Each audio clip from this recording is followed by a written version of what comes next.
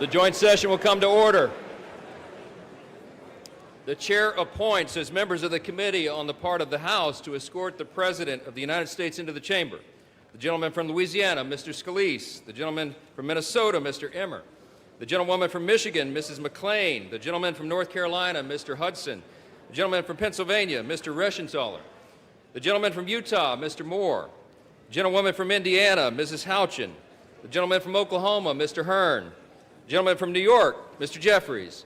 The gentleman from California, Mr. Aguilar. The gentleman from California, Mr. Liu. The gentlewoman from Washington, Mrs. Delbene. The gentlewoman from Michigan, Mrs. Dingell. The President of the Senate, at the direction of that body, appoints the following senators as members of the committee on the part of the Senate to escort the President of the United States into the House chamber. The Senator from South Dakota, Mr. Thune. The Senator from Wyoming, Mr. Barrasso. The Senator from Arkansas, Mr. Cotton. The Senator from West Virginia, Mrs. Capito. The Senator from Oklahoma, Mr. Langford. The Senator from South Carolina, Mr. Scott. The Senator from New York, Mr. Schumer. The Senator from Illinois, Mr. Durbin. And the Senator from Minnesota, Ms. Klobuchar. The members of the Escort Committee will exit the chamber through the lobby doors.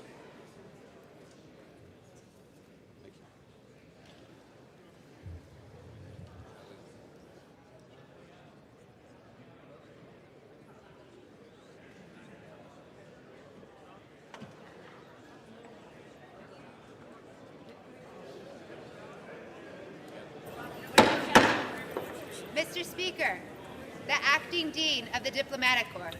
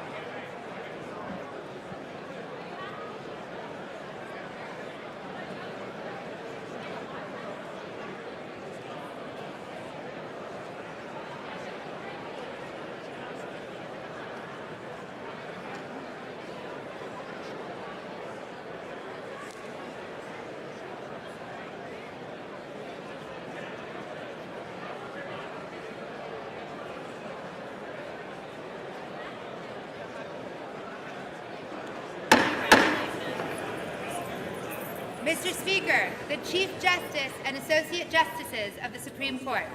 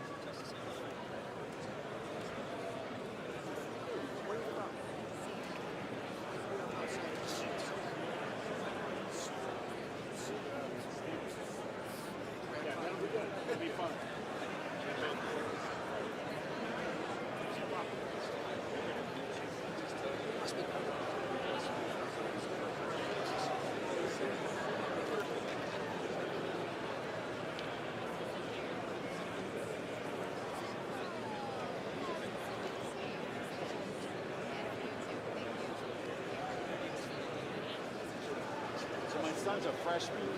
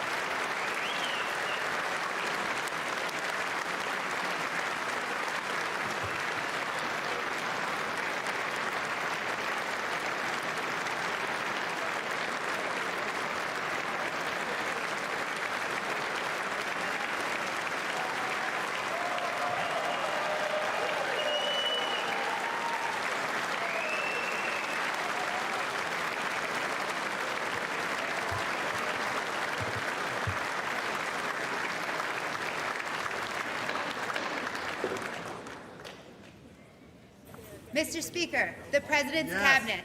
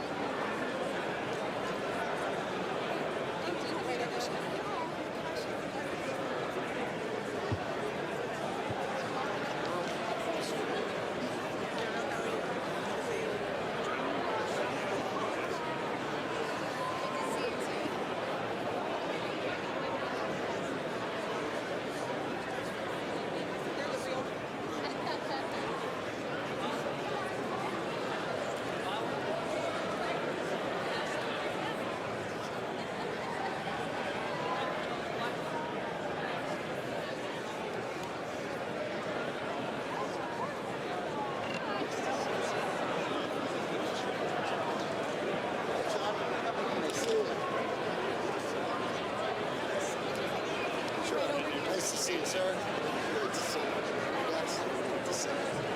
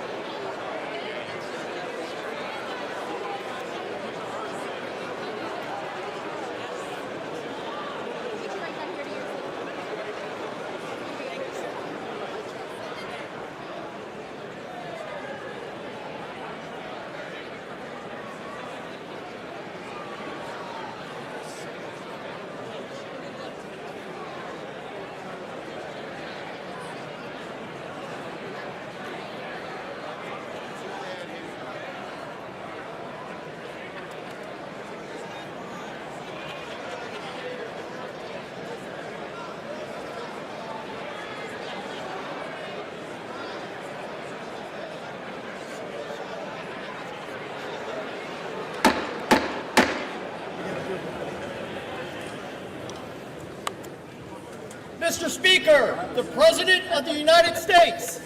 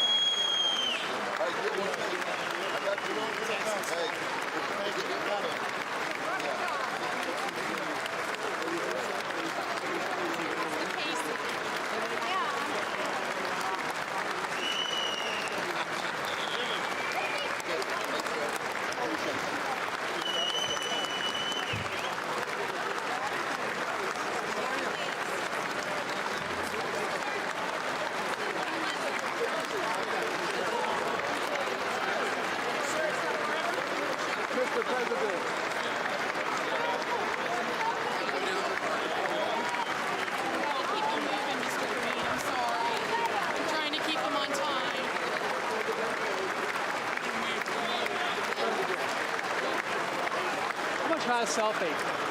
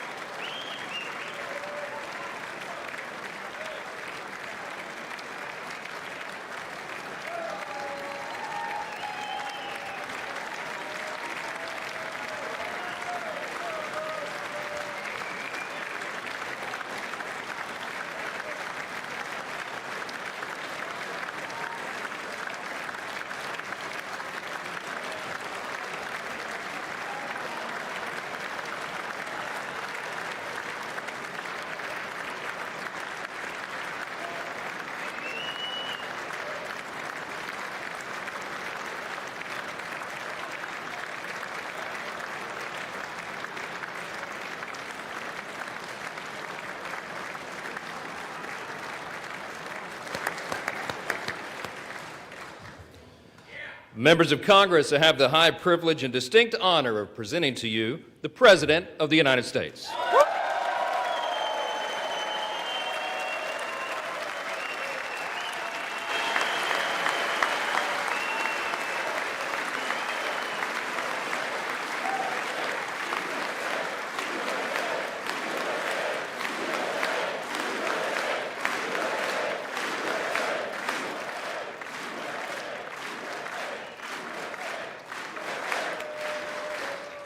Well, thank you very much, everybody. It's really an honor.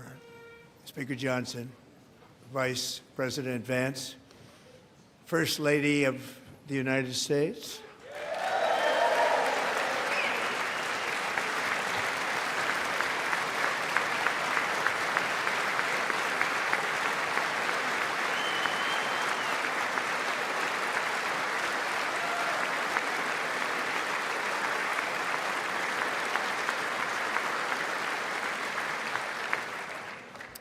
Second Lady of the United States,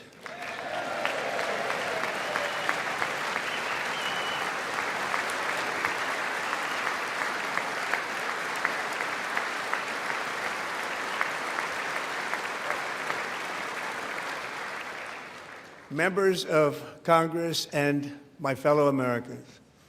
Our nation is back, bigger, better, richer, and stronger than ever before.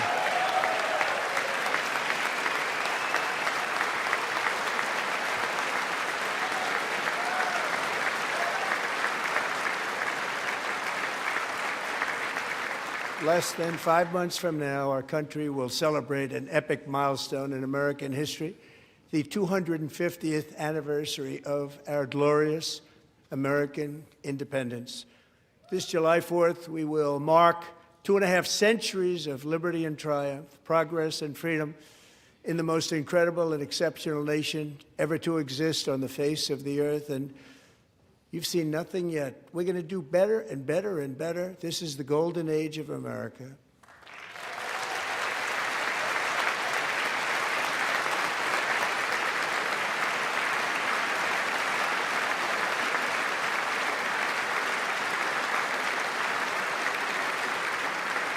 When I last spoke in this chamber 12 months ago, I had just inherited a nation in crisis with a stagnant economy, inflation at record levels, a wide-open border, horrendous recruitment for military and police, rampant crime at home, and wars and chaos all over the world.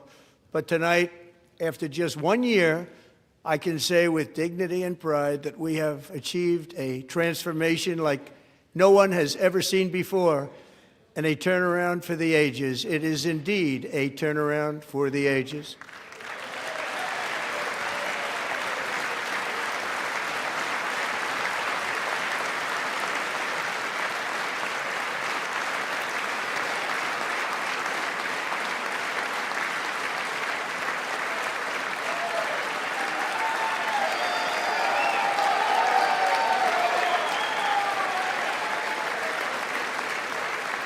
And we will never go back to where we were just a very short time ago. We're not going back.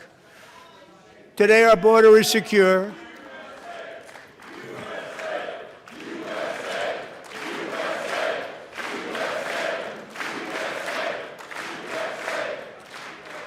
Thank you. Today, our border is secure. Our spirit is restored. Inflation is plummeting. Incomes are rising fast. The roaring economy is roaring like never before, and our enemies are scared, our military and police are stacked, and America is respected again, perhaps like never before.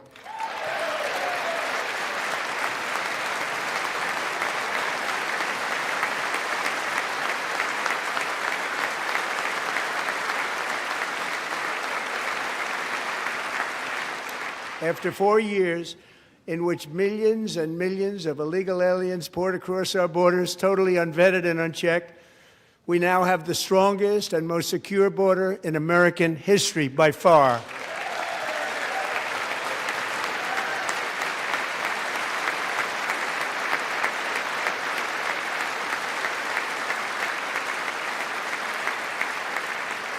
In the past 9 months, 0 illegal aliens have been admitted to the United States.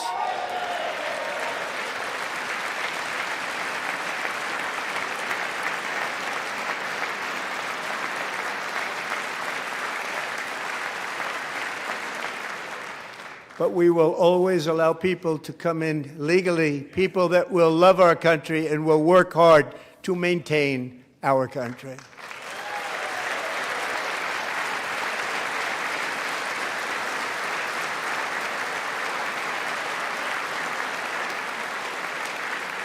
The flow of deadly fentanyl across our border is down by a record 56% in 1 year.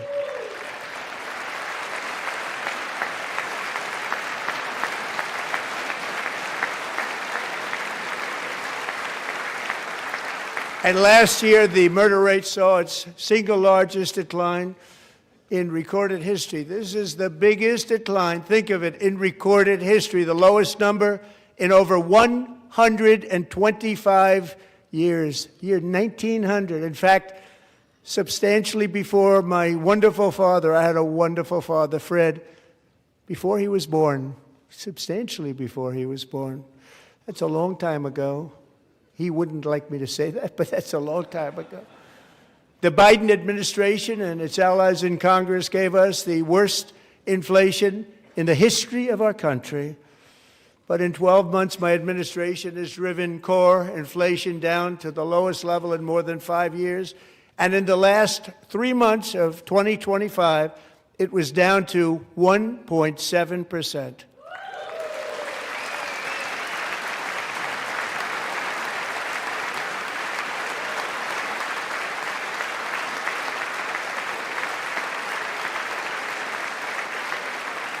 Gasoline, which reached a peak of over $6 a gallon in some states under my predecessor, it was quite honestly a disaster, is now below $2.30 a gallon in most states, and in some places, $1.99 a gallon. And when I visited the great state of Iowa just a few weeks ago, I even saw $1.85 a gallon for gasoline.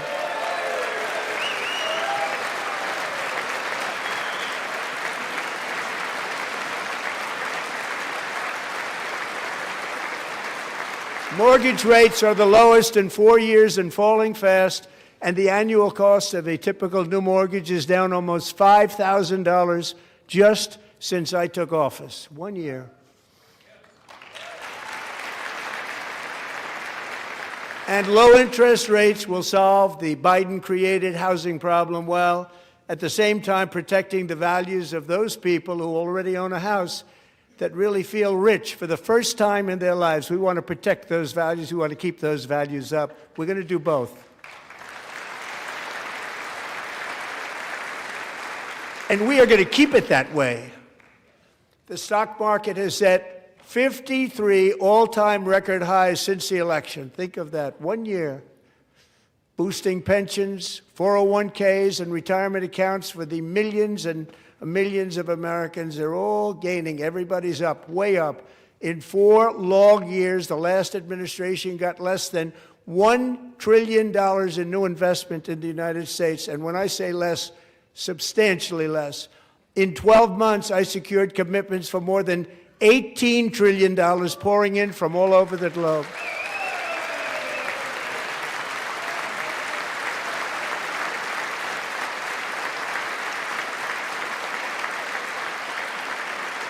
Think of it, much less than $1 trillion for 4 years versus much more than $18 trillion for 1 year. What a difference a president makes. A short time ago, we were a dead country. Now we are the hottest country anywhere in the world, the hottest.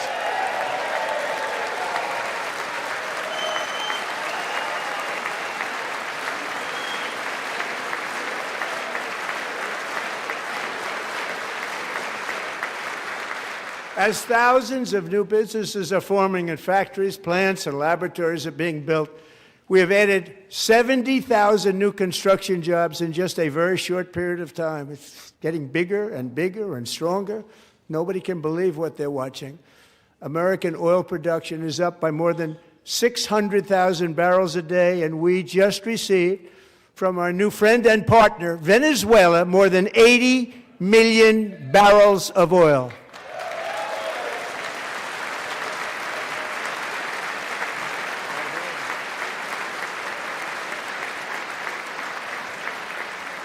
American natural gas production is at an all-time high because I kept my promise to drill, baby, drill.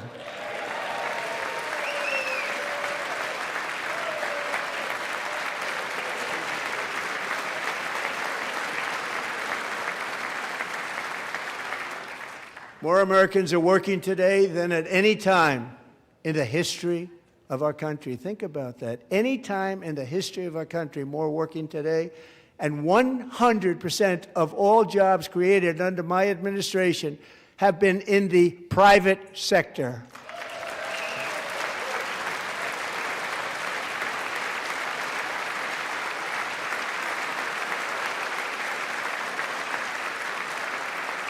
We ended DEI in America.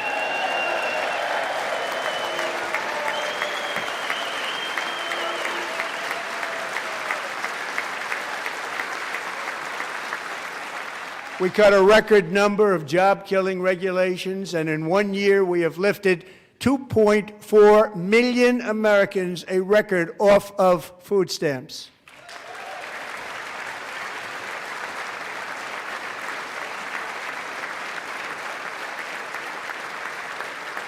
And for all of these reasons, I say tonight, members of Congress, the state of our union is strong.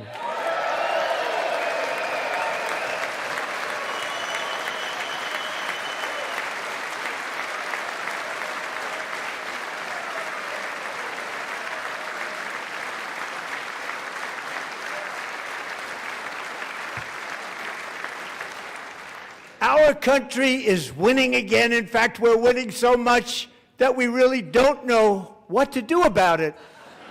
People are asking me, please, please, please, Mr. President, we're winning too much. We can't take it anymore. We're not used to winning in our country. Until you came along, we're just always losing, but now we're winning too much. And I say, no, no, no, you're going to win again. You're going to win big. You're going to win bigger than ever. And to prove that point, here with us tonight is a group of winners who just made the entire nation proud. The men's gold medal Olympic hockey team. Come on in.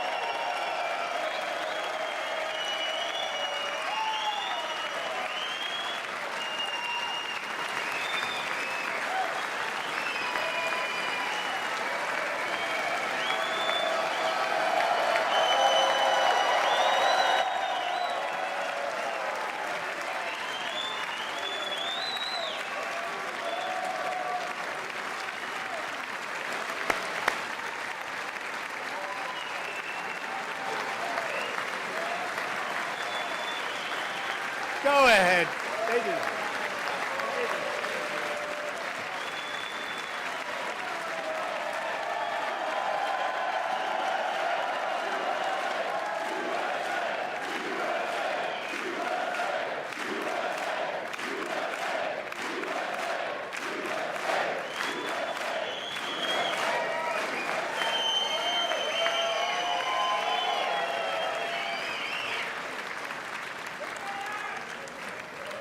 That's the first time I've ever seen them get up. And actually, not all of them did get up.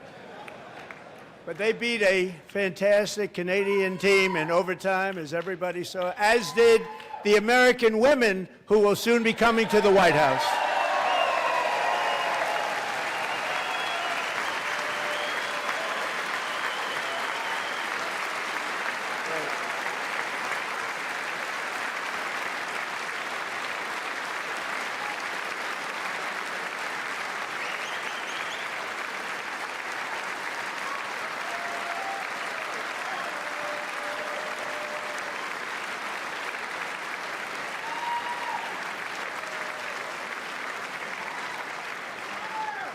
They were in the Oval Office before, and I just want to say a second very big congratulations to Team USA. But I have to say that, and I told them this, and we took a vote of the team. I said, anybody votes no, I'm not doing it.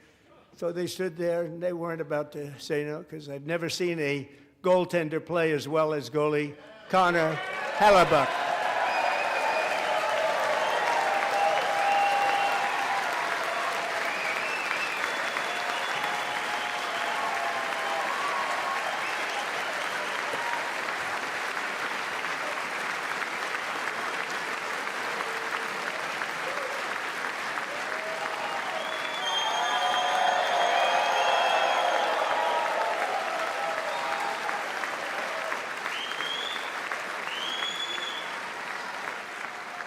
Think of it, 46 shots on goal, and I asked him, the one shot, the one where you put your stick in the back and it hit the neck of your stick and bounced off, do you practice that, or was that a little lucky? He refused to answer that question. But I just want to tell you that the members of this great hockey squad will be very happy to hear, based on their vote and my vote, and in this case my vote was more important, that I will soon be presenting Connor with our highest civilian honor, which we will be given, and which has been given to many athletes over the years. But when I say many, not too many, like 12, it's called the highest civilian honor in our country, the Presidential Medal of Freedom.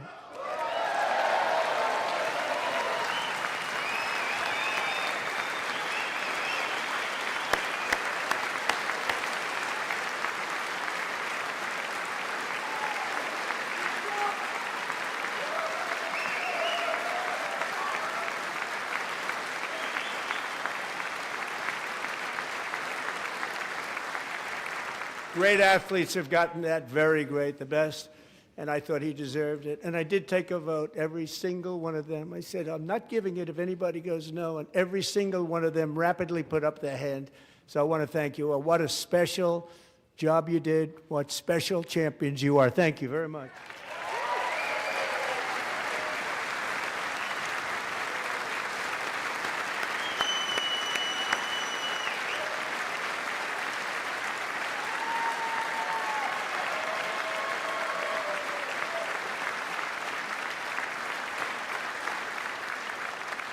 I'm also pleased to say that the next time the Olympic torch is lit, it will be here in America for the 2028 Olympics, and it's the summer version right in Los Angeles. We're going to do a good job in Los Angeles.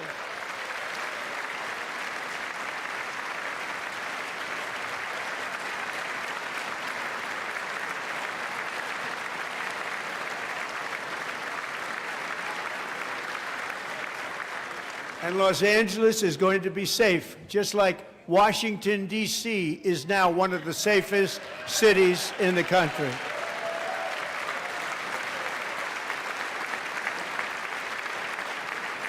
And this year, and I must say I got them both. I got them in my first term, and I was disappointed because I didn't think I'd be the president when this happened. But strange things took place. And now I've got them because I got the Olympics and I got the 2026 FIFA World Cup, and I wanted to claim the 250th, but I didn't get away with that one. I couldn't claim that one for myself. But we're getting the World Cup, so we have the World Cup and the Olympics coming, and that is exciting news.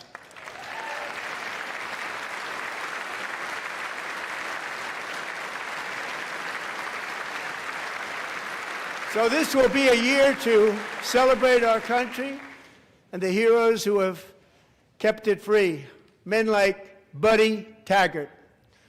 At age 17, Buddy volunteered to defend America in World War II, serving in the Pacific under the great General Douglas MacArthur.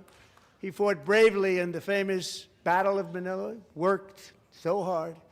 He was badly wounded and almost killed by enemy machine guns in Luzon. And 81 years ago this month, he liberated the largest internment camp in the Philippines, one of the largest anywhere in the world. But he earned many honors, including a Purple Heart and a Bronze Star, came home, started a family, and tonight he is in the gallery looking forward to July 4th, 2026, his 100th birthday.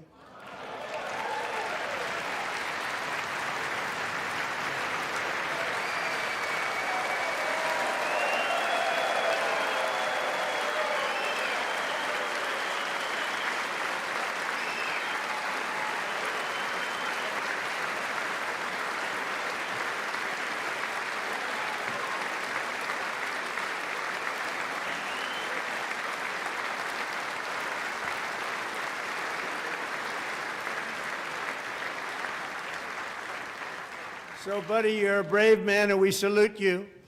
Even in times of challenge, setback, and immense heartache, the spirit of 1776 has always shone through very brightly.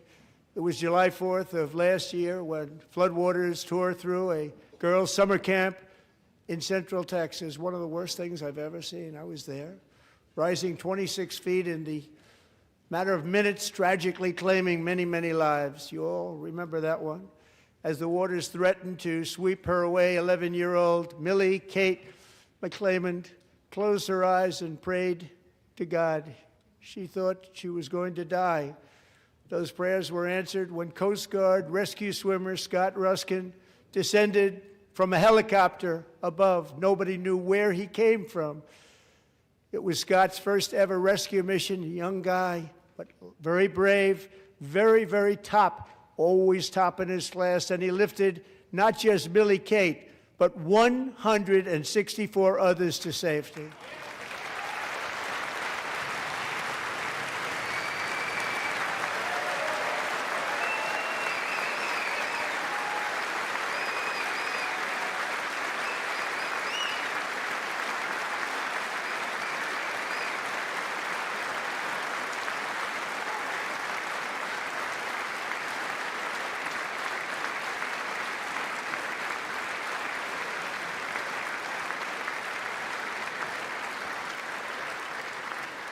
People watched Scott from a distance, and they couldn't believe what they were seeing. The winds were blowing, the rain was pouring, everything was going, and that rapid water, nobody's ever seen anything like it. They said, wow, that's something.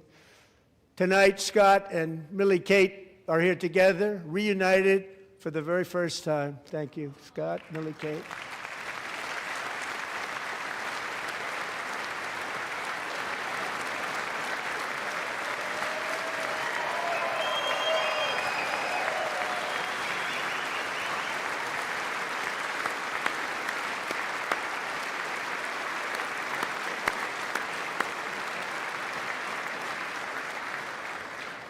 And Petty Officer Ruskin, I'm pleased to inform you that I am now awarding you the Legion of Merit for extraordinary heroism, which is what it was, extraordinary heroism. Thank you.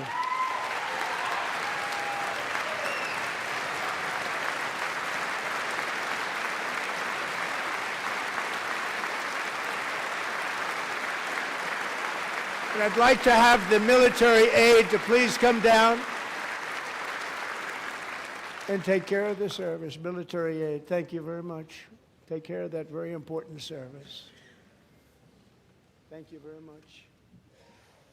From 1776 to today, every generation of Americans has stepped forward to defend life, liberty, and the pursuit of happiness. And they're really doing it for the next generation. But now it's our turn. Together we're building a nation where every child has the chance to reach higher and go further, where government answers to the people, not the powerful, and where the interests of hardworking American citizens are always our first and ultimate concern. That is the debt we owe to the heroes who came before us, and that is the promise we must keep to America for our 250th year. Last year, I urged this Congress to begin the mission by passing the largest tax cuts in American history, and our Republican majorities delivered so beautifully. Thank you, Republicans.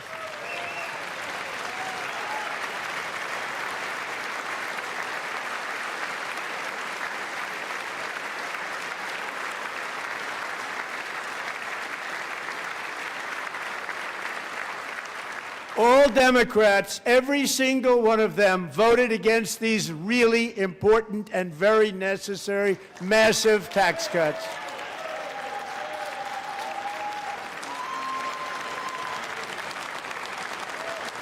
They wanted large-scale tax increases to hurt the people instead.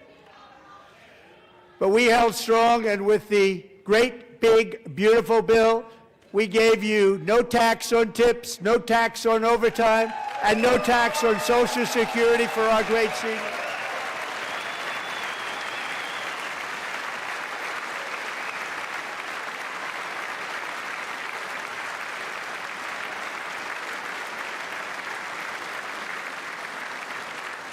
And we also made interest on auto loans tax deductible the first time, but only if the car is made in America.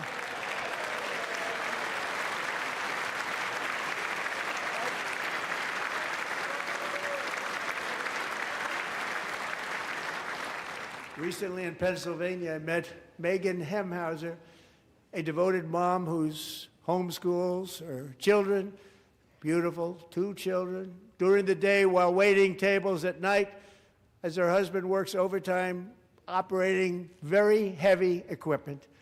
Megan is here this evening, and she's happy to tell you that she is so much richer because with no tax on tips, no tax on overtime, and our expanded child tax credit done again by Republicans, Megan and her husband will take home more than $5,000 extra just for the year, cutting her tax bill in more than half.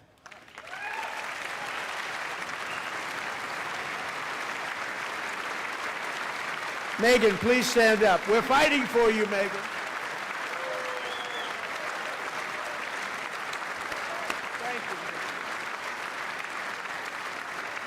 Thank you, Megan.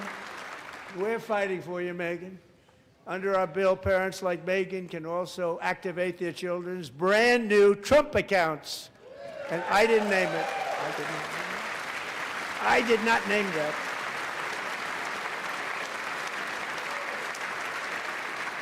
Nobody believes me, but I did not name it. It was named by a very tall man sitting right there in the third row. Nice man, a good man. Tax-free investment accounts for every American child. This is something that's so special and has taken off and gone through the roof. Millions will be pre-funded courtesy of the U.S. Treasury and private individuals like Michael and Susan Dell, who have donated $6.25 billion to fund the Trump accounts for 25 million American children. They're great people.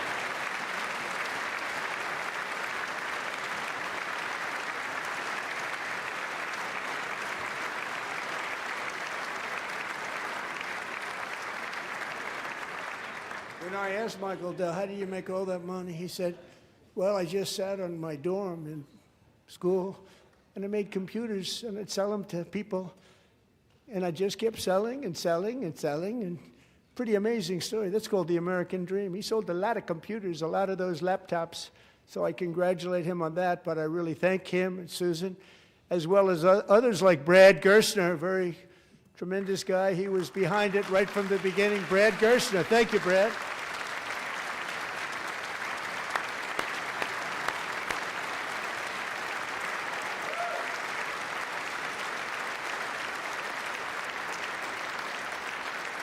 So with modest additional contributions, these young people's accounts could grow to over $100,000 or more by the time they turn 18. Think of it, how much money is that for somebody that started with nothing? Over 100,000, could be much more than that.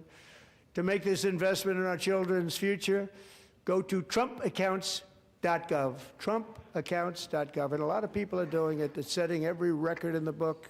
It's popular. They knew what it was going to take. I'm so proud of them. I'm so proud of the people that got it started. And now it's just taken off. One of the primary reasons for our country's stunning economic turnaround, the biggest in history, where the Dow Jones broke 50,000 4 years ahead of schedule, and the S&P hit 7,000, where it wasn't supposed to do it for many years, were tariffs. I used these tariffs, took in hundreds of billions of dollars to make great deals for our country, both economically and on a national security basis. Everything was working well. Countries that were ripping us off for decades are now paying us hundreds of billions of dollars. They were ripping us so badly, you all know that. Everybody knows it. Even the Democrats know it. They just don't want to say it. And yet these countries are now happy, and so are we. We made deals. The deals are all done. And they're happy. They're not making money like they used to, but we're making a lot of money.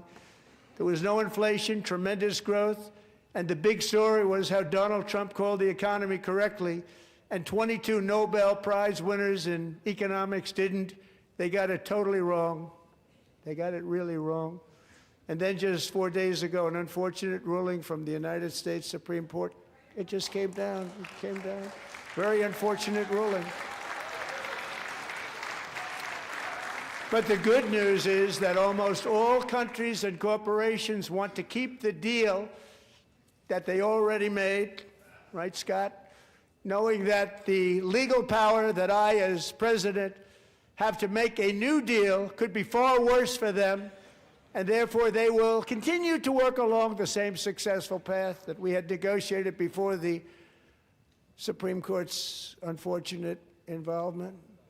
So despite the disappointing ruling, these powerful, country-saving, it's saving our country, the kind of money we're taking in, peace-protecting. Many of the wars I settled was because of the threat of tariffs. I wouldn't have been able to settle them without. Will remain in place under fully approved and tested alternative legal statutes. And they have been tested for a long time. They're a little more complex, but they're actually probably better, leading to a solution that will be even stronger than before. Congressional action will not be necessary. It's already time-tested and approved. And as time goes by, I believe the tariffs paid for by foreign countries will, like in the past, substantially replace the modern-day system of income tax, taking a great financial burden off the people that I love.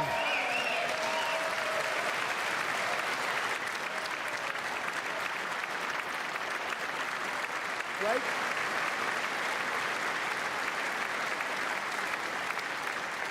Moving forward, factories, jobs, investment, and trillions of dollars will continue pouring into the United States of America because we finally have a president who puts America first. I put America first. I love America.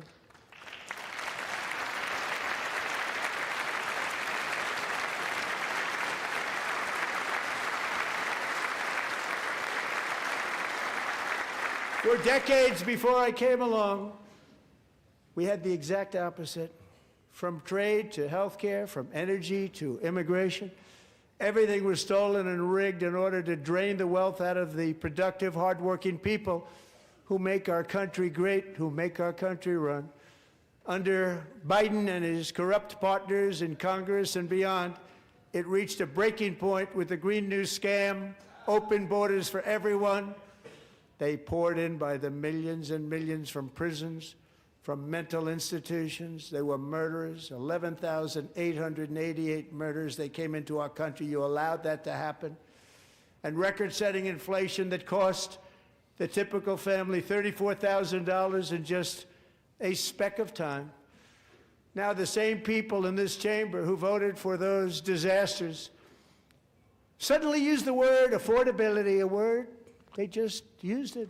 Somebody gave it to them, knowing full well that they caused and created the increased prices that all of our citizens had to endure. You caused that problem.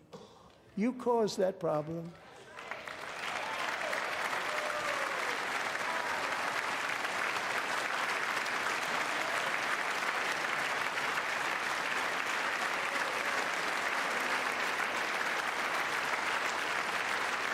They knew their statements were a lie. They knew it.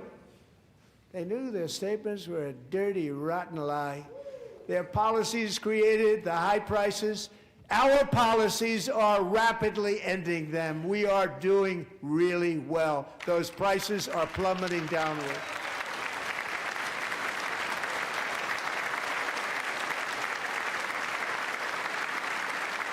The price of eggs is down 60%, Madam Secretary, thank you. The cost of chicken, butter, fruit, hotels, automobiles, rent is lower today than when I took office by a lot. And even beef, which was very high, is starting to come down significantly. Just hold on a little while, we're getting it down.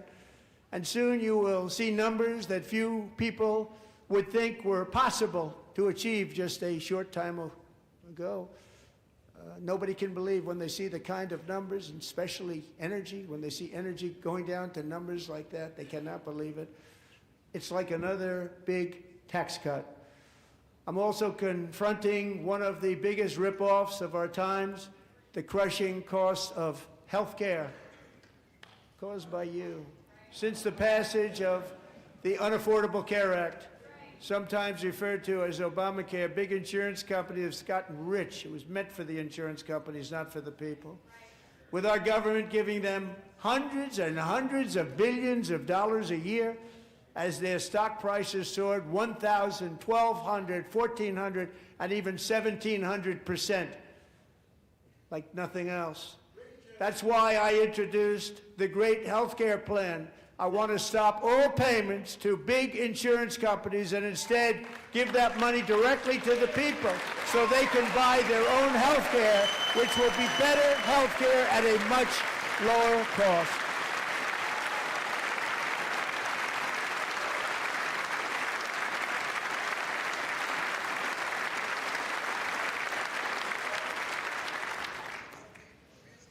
In addition, my plan requires maximum price transparency. That's a big deal. Sounds so simple, so big. And I did that in my first term, and the Democrats immediately terminated it with full knowledge that they were doing a very bad thing for the people. Costs were going to go way up, and that's what happened, and now I'm bringing them way down on health care and everything else. I'm also ending the wildly inflated cost of prescription drugs like has never happened before.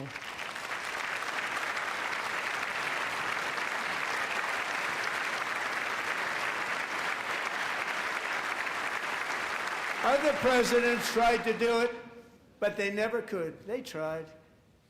Most didn't try, actually. But they tried. They said they tried. They couldn't do it. They didn't even come close. They were all talk and no action, but I got it done. Under my just enacted most favored nation agreements, Americans who have for decades paid by far the highest prices of any nation anywhere in the world for prescription drugs will now pay the lowest price anywhere in the world for drugs. Anywhere. The lowest price.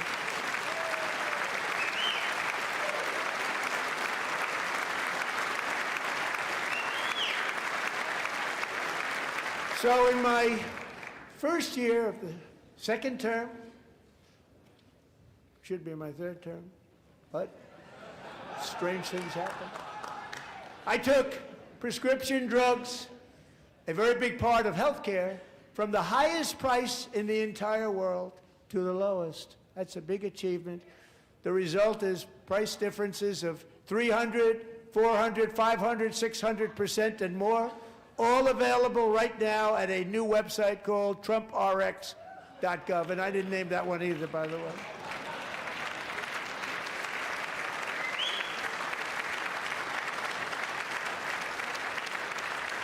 And here tonight is the very first customer ever to get that big discount, and it is big, Catherine Rayner. For 5 years, she and her husband have struggled with infertility, and they turned to IVF.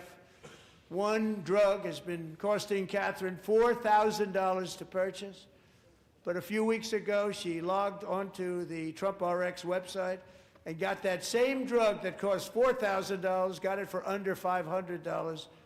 A reduction of much more, actually, than $3,500. Catherine, we are all praying for you, and you're going to be a great mom.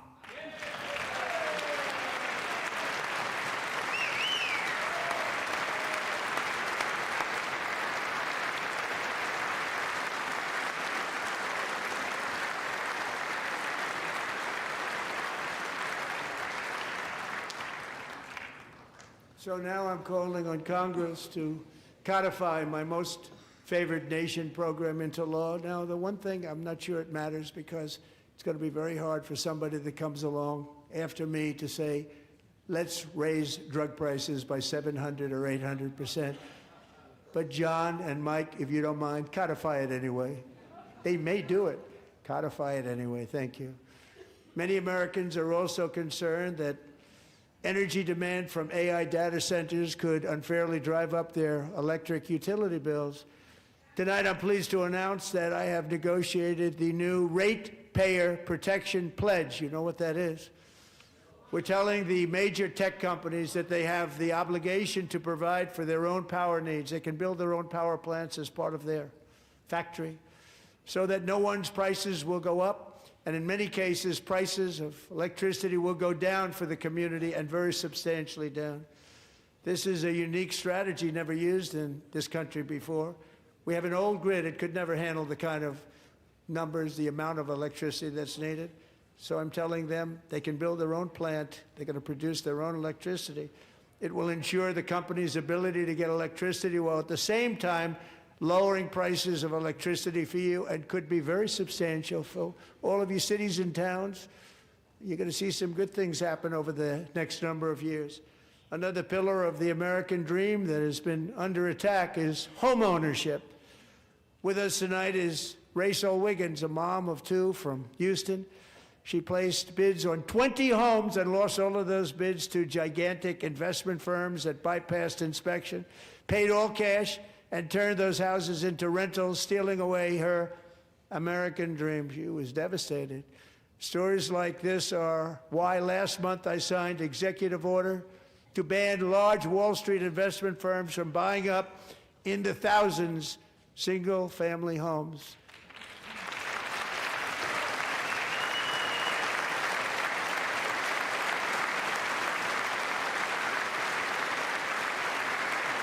And now I'm asking Congress to make that ban permanent, because homes for people, really, that's what we want. We want homes for people, not for corporations. Corporations are doing just fine. Raysel, thank you very much. Good luck with your home. You'll get one soon.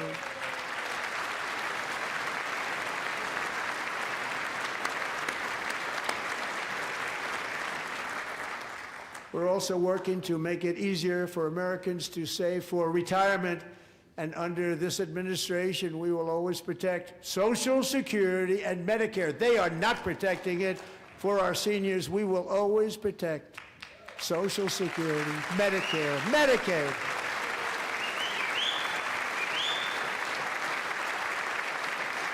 Since I took office, the typical 401k balance is up by at least $30,000.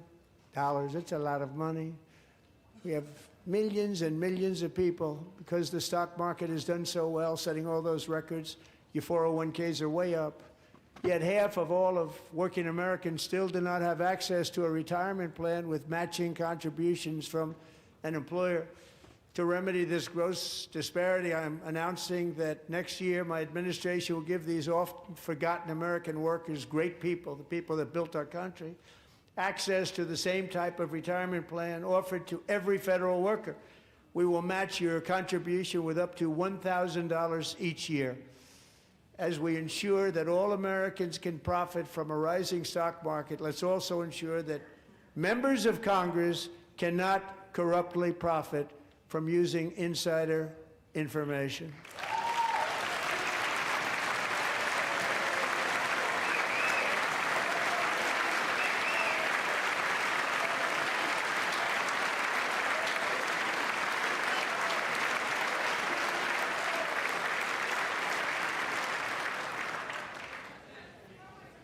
They stood up for that. I can't believe it. I can't believe it. Did Nancy Pelosi stand up if she's here? Doubt it. Pass the Stop Insider Trading Act without delay.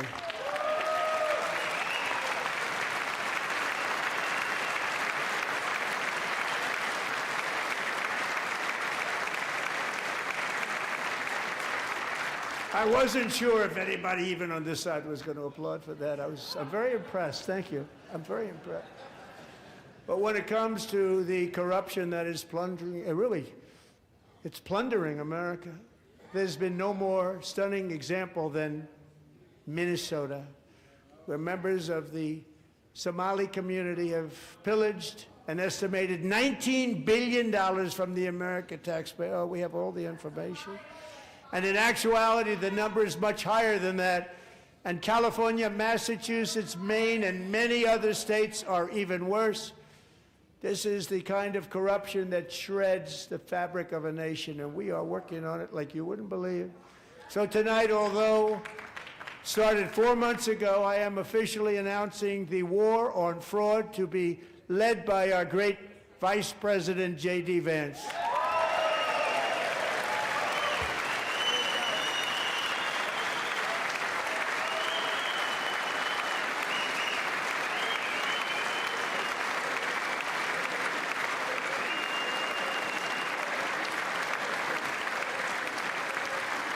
We'll get it done.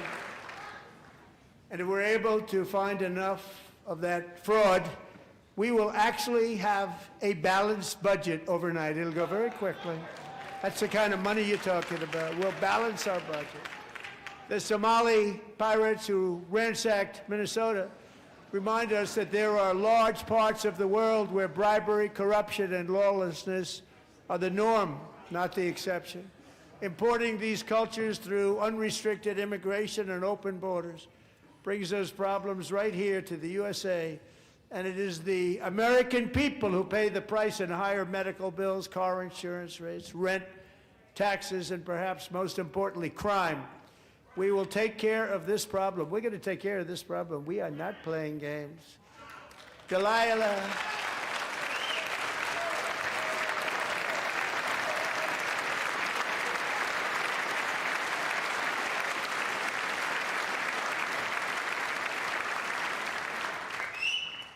Delilah Colburn was only 5 years old in June 2024 when a 18-wheel tractor trailer plowed into her stopped car traveling at 60 miles an hour or more.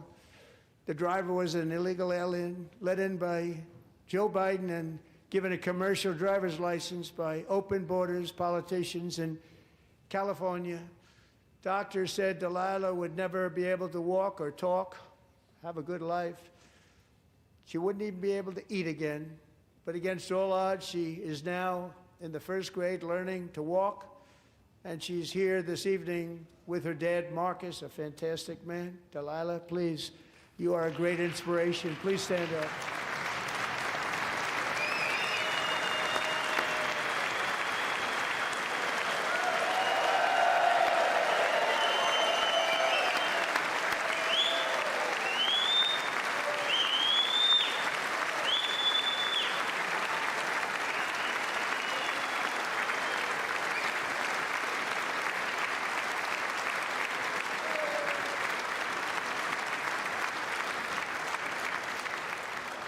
Thank you, Delilah.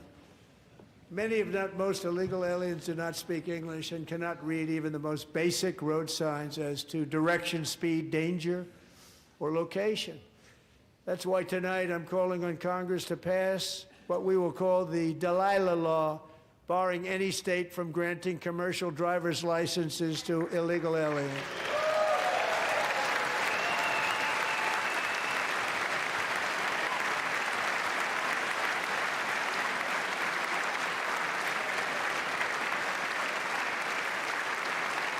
And yesterday, as you probably saw at the White House, I hosted a ceremony with Americans who lost their treasured loved ones to the scourge of illegal immigration. People came into our country, how we allowed this to happen with our open borders.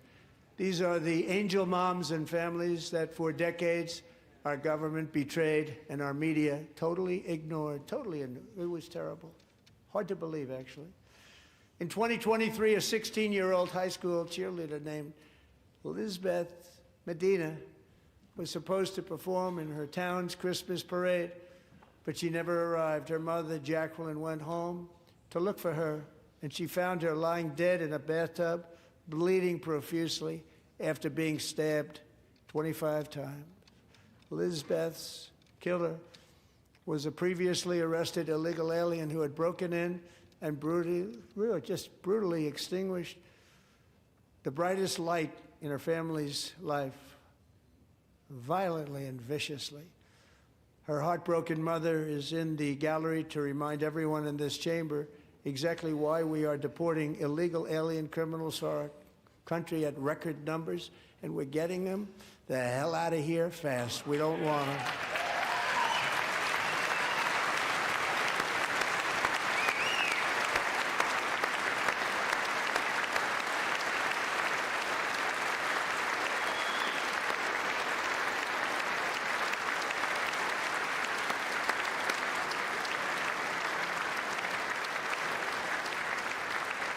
Thank you very much, Jacqueline. Thank you. We can never forget that many in this room not only allowed the border invasion to happen before I got involved, but indeed they would do it all over again if they ever had the chance. If they ever got elected, they would open up those borders to some of the worst criminals anywhere in the world. The only thing standing between Americans and a wide open border right now is President Donald J. Trump and our great Republican patriots in Congress. Thank you. Thank you.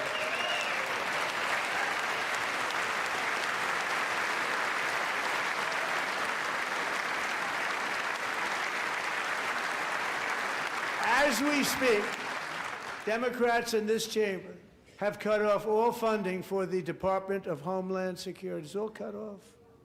It's all cut off. They have instituted another Democrat shutdown, the first one costing us 2 points on GDP. 2 points we lost on GDP, which probably made them quite happy, actually. Now they have closed the agency responsible for protecting Americans from terrorists and murderers. Tonight I'm demanding the full and immediate restoration of all funding for the border security, homeland security of the United States, and also for helping people clean up their snow. We have no money because of the Democrats, and it would be nice, we'd love to give you a hand at cleaning it up, but you gave no money. Nobody's getting paid. It's a shame. So you have to think about it. We have, in case you didn't know, a pretty large snowstorm out there. One of the great things about the State of the Union is how it gives Americans the chance to see clearly what their representatives really believe. So tonight I'm inviting every legislator to join with my administration in reaffirming a fundamental principle. If you agree with this statement, then stand up and show your support. The first duty of the American government is to protect American citizens, not illegal aliens.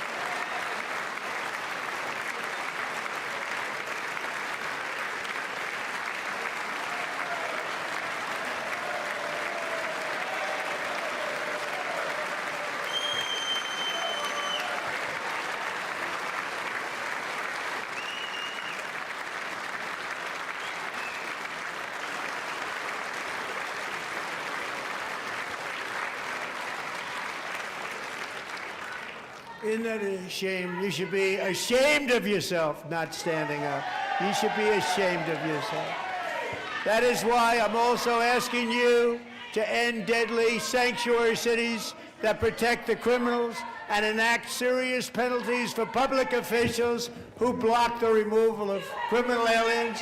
In many cases, drug lords, murderers all over our country, they're blocking the removal of these people out of our country, and you should be ashamed of yourself. Yeah.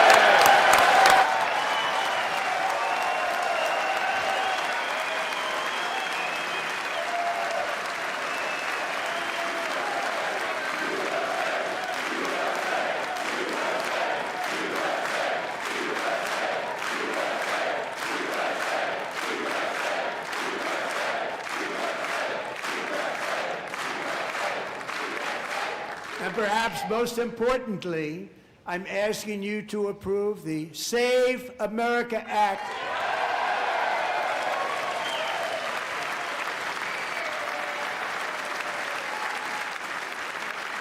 To stop illegal aliens and others who are unpermitted persons from voting in our sacred American elections. The cheating is rampant in our elections. It's rampant. It's very simple. All voters must show voter ID.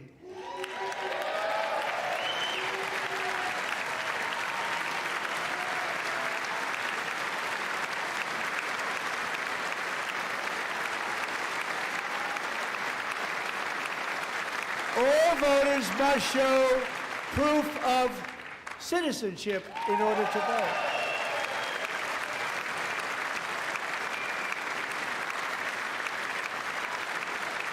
And no more crooked mail-in ballots except for illness, disability, military, or travel.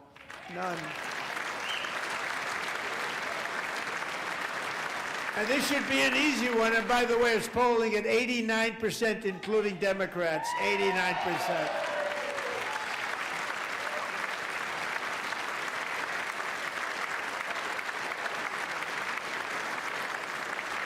And even the new communist mayor of New York City, I think he's a nice guy, actually. Speak to him a lot.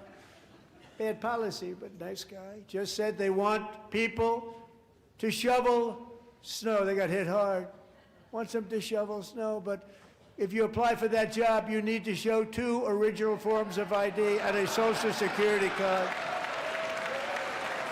Yet they don't want identification for the greatest privilege of them all, voting in America. No, it's no good. No good. Both Republicans and Democrats overwhelmingly agree on the policy that we just enunciated. And Congress should unite and enact this common sense, country-saving legislation right now, and it should be before anything else happens.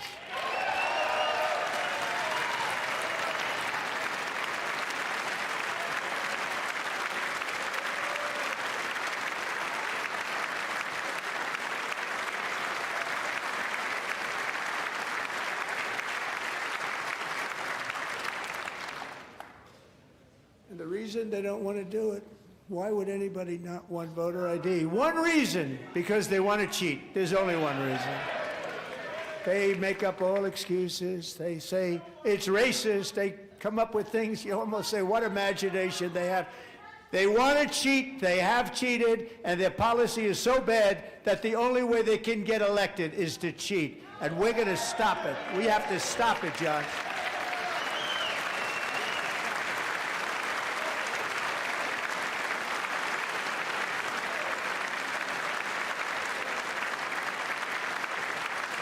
And here is one more opportunity to show common sense in government. In the gallery tonight are Sage Blair and her mother, Michelle. In 2021, Sage was 14 when school officials in Virginia sought to socially transition her to a new gender, treating her as a boy and hiding it from her parents. Hard to believe, isn't it? Before long, a confused Sage ran away from home after she was found in a horrific situation in Maryland. A left-wing judge refused to return Sage to her parents because they did not immediately state that their daughter was their son. Sage was thrown into an all-boys state home and suffered terribly for a long time. But today, all of that is behind them because Sage is a proud and wonderful young woman with a full-ride scholarship to Liberty University. Sage and Michelle, please stand up.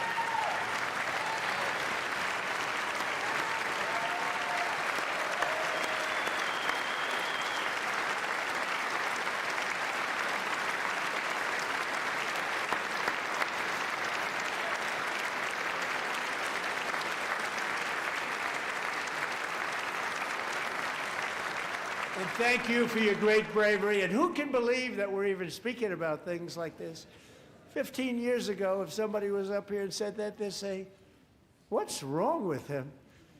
But now we have to say it because it's going on all over numerous states without even telling the parents. But surely we can all agree no state can be allowed to rip children from their parents' arms and transition them to a new gender against the parents' will. Who would believe that we're even talking about this? We must ban it, and we must ban it immediately.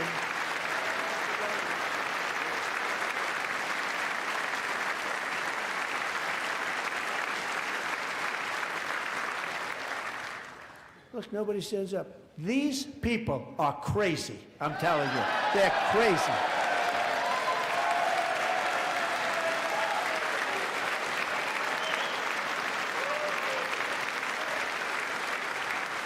Amazing. Gentlemen. Boy, oh boy.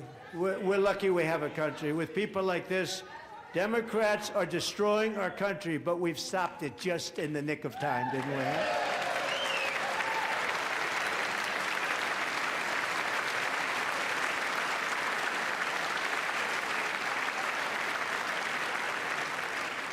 No one cares more about protecting America's youth than our wonderful First Lady. Now a movie star. She's a movie star. Can you believe it?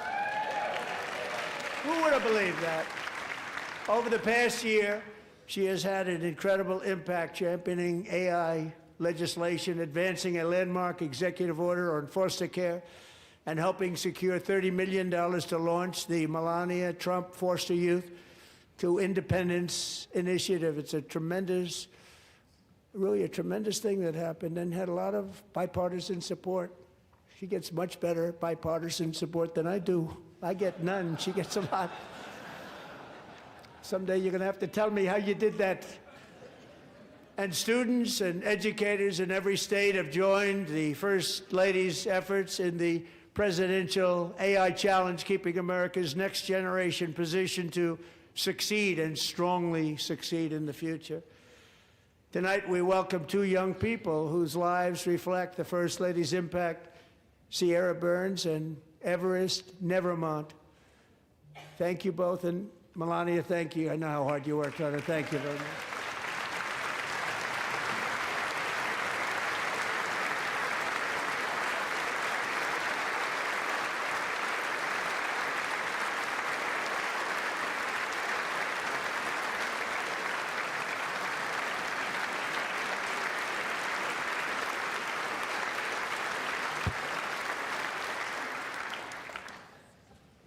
I'm very proud to say that during my time in office, both the first 4 years and in particular this last year, there has been a tremendous renewal in religion, faith, Christianity, and belief in God.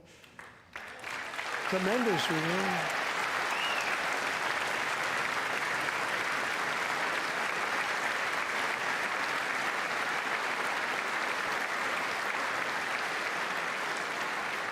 This is especially true among young people, and a big part of that had to do with my great friend, Charlie Kirk, a great guy, great man.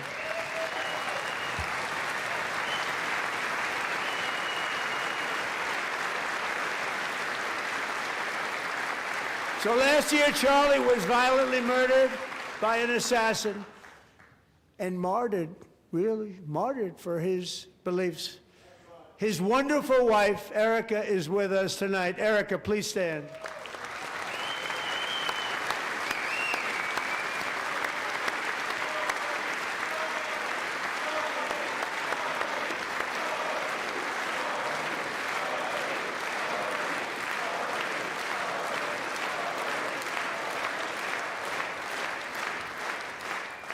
Thank you, Erica.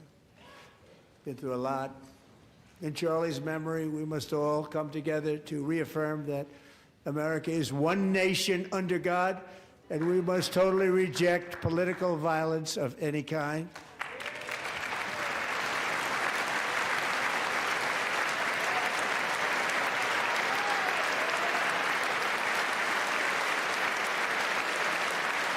We love religion, and we love bringing it back, and it's coming back at levels that nobody actually thought possible. It's really a beautiful thing to see. Above all, unleashing America's promise requires keeping our communities safe. We have made incredible strides, yet dangerous repeat offenders continue to be released by pro-crime Democrat politicians again and again. We are honored to be joined tonight by a woman who's been through hell, Anya Zurutska. In 2022, she and her beautiful daughter, so beautiful, what a beautiful young woman, Irina, fled war-torn Ukraine to live with relatives near Charlotte, North Carolina. And by the way, what's going on with Charlotte? Last summer, 23-year-old Irina was riding home on the train when a deranged monster who had been arrested over a dozen times and was released through no cash bail, stood up and viciously slashed a knife through her neck and body. No one will ever forget. There were people on that train. No one will ever forget the expression of terror on Irina's face as she looked up at her attacker in the last seconds of her life. She died instantly. She had escaped a brutal war only to be slain by a hardened criminal set free to kill in America came in through open borders. Mrs. Zaretsky, tonight I promise you we will ensure justice for your magnificent daughter, Irina.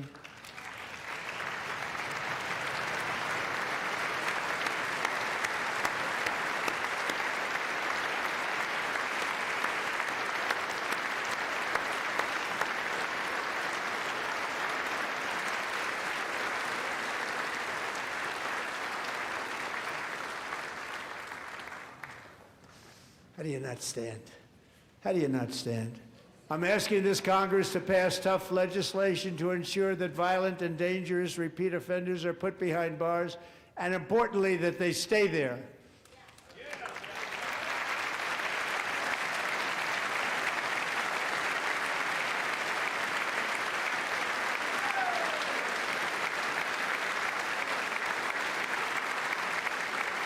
Starting last summer, I deployed our National Guard and federal law enforcement to restore law and order to our most dangerous cities, including Memphis, Tennessee, big success, New Orleans, Louisiana, big success, and our nation's capital itself, Washington, D.C., where we have almost no crime anymore in Washington, D.C. How did that happen?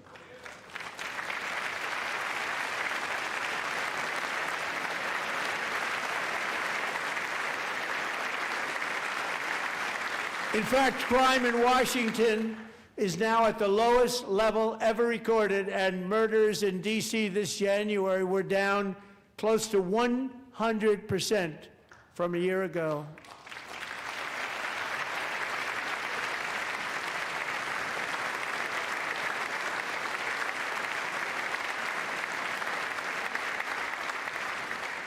They don't like to hear that. One of the sick people, one of the brave service members who helped achieve this stunning turnaround was 20-year-old West Virginia Army National Guard Specialist Sarah Beckstrom. After a 4-month deployment, she voluntarily extended her service, and her rank was going to be lifted. She was doing so well. They were so proud of her. But the very next day, she was on patrol near the White House when she was ambushed and shot in the head by a terrorist monster from Afghanistan. Shouldn't have been in our country. And all because she wore the uniform of our nation, she was shot. He traveled here because he didn't like people wearing our uniform. He was sick and deranged, shouldn't have been in our country. Sarah Beckstrom died in order to defend our capital, and we are honored to be joined by her wonderful parents, Gary and Eva Lee. Your daughter was a true American patriot, and she will be greatly missed. She was a great person. I saw reports on her. They've never seen anything like her.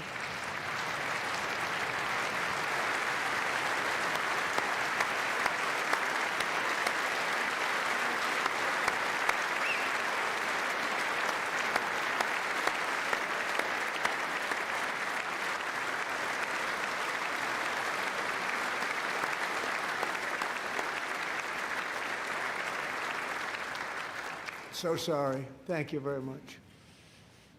A great young lady. I saw reports that were like, perfect. She was perfect.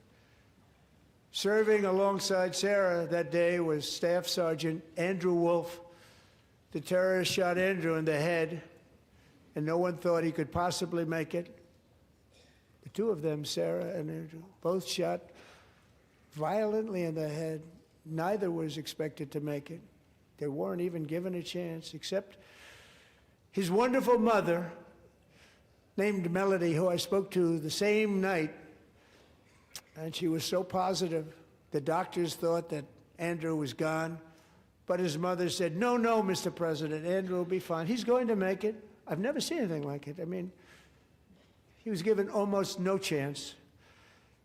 She said, I have no doubt, sir, he's going to be okay. This was a conversation that I had with her that night, with her son laying helplessly in bed, blood all over.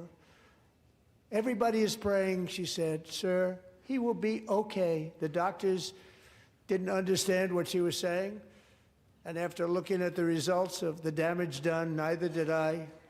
She was so strong and conclusive that even Andrew's great father felt she didn't really understand the gravity of the situation. But she turned out to be right. Right, Melanie? She turned out to be right.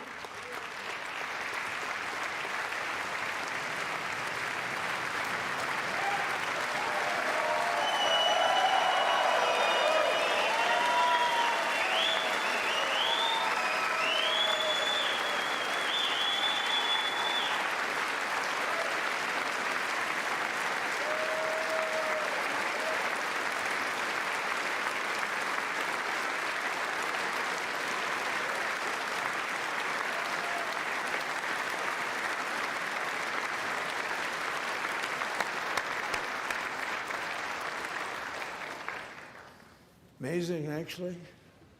I said, where does this woman come from? She's the most positive person I've ever met. With God's help, Andrew has battled back from the edge of death, and we're talking about the edge of death, on his way to a miraculous recovery. He's got a little work to do, but he's doing great. Nice to see you. He's a good-looking guy. Nice to see you. Thanks, Andrew. Thank you very much.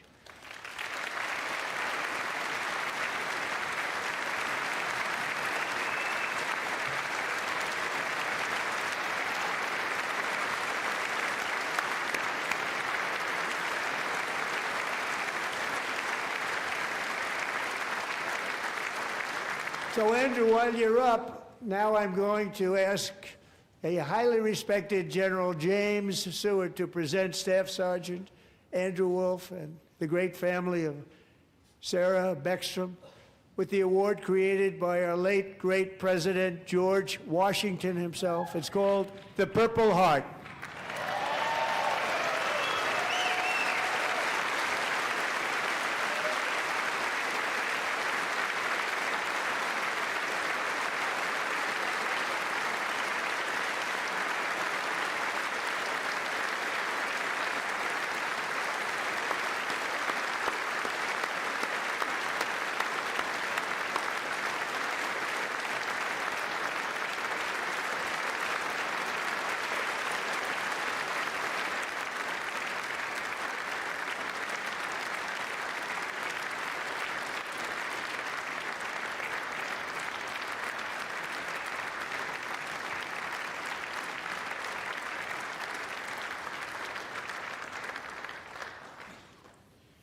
We love you all. Love you. We're proudly restoring safety for Americans at home, and we are also restoring security for Americans abroad. Our country has never been stronger. In my first 10 months, I ended 8 wars, including Cambodia. Isn't it funny? Sick people. Cambodia and Thailand, Pakistan and India.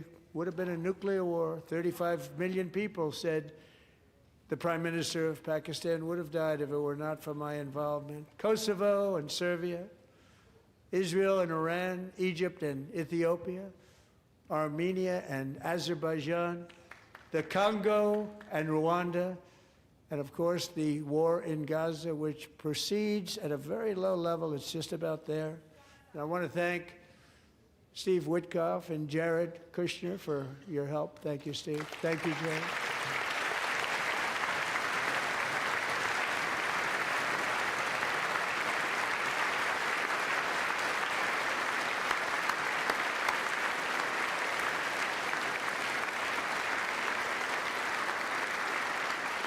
And I also want to thank the man they report to, Secretary of State Marco Rubio. Thank you, Marco.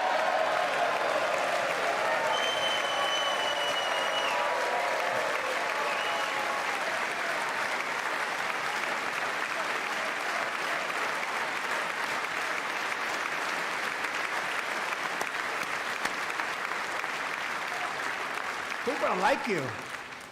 You know, Marco got 100% of the votes when he was in confirmation. I think our next one was about 54%. And some of the Democrats are now saying, I can't believe we approved that guy. And he said it's an honor that they feel that way, right, Marco? You have done a great job, great Secretary of State. I think he'll go down as the best ever.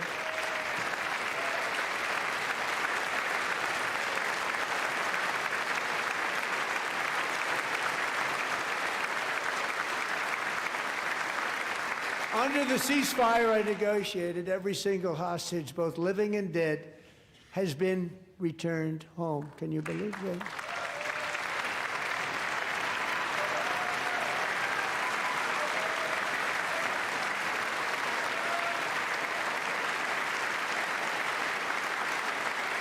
Nobody thought it was possible.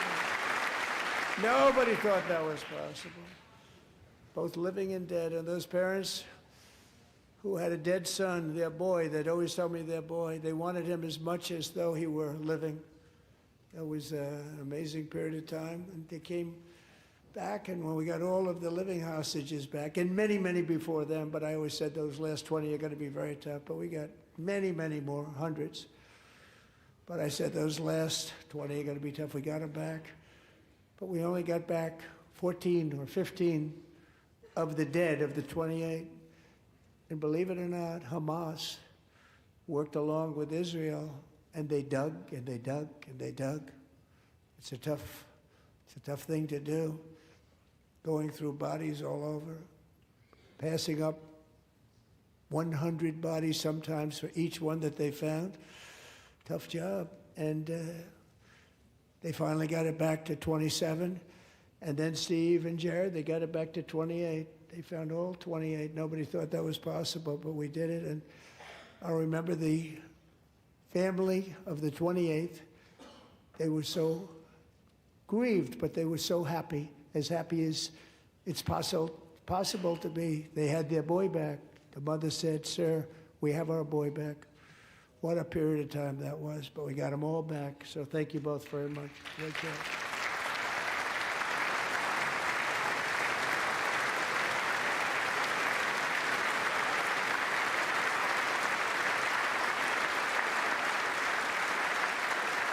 And we're working very hard to end the 9th war, the killing and slaughter between Russia and Ukraine, where 25,000 soldiers are dying each and every month. Think of that, 25,000 soldiers are dying a month.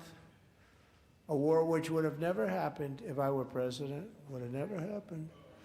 As president, I will make peace wherever I can, but I will never hesitate to confront threats to America wherever we must.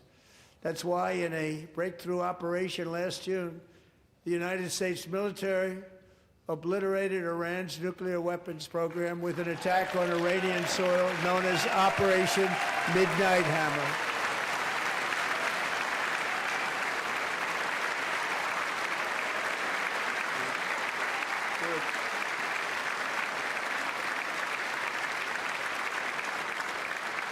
For decades, it had been the policy of the United States never to allow Iran to obtain a nuclear weapon. Many decades. Since they seized control of that proud nation 47 years ago, the regime and its murderous proxies have spread nothing but terrorism and death and hate. They've killed and maimed thousands of American service members and hundreds of thousands and even millions of people with what's called roadside bombs. They were the kings of the roadside bomb. And we took out Soleimani. I did that during my first term. Had a huge impact. He was the father of the roadside bomb.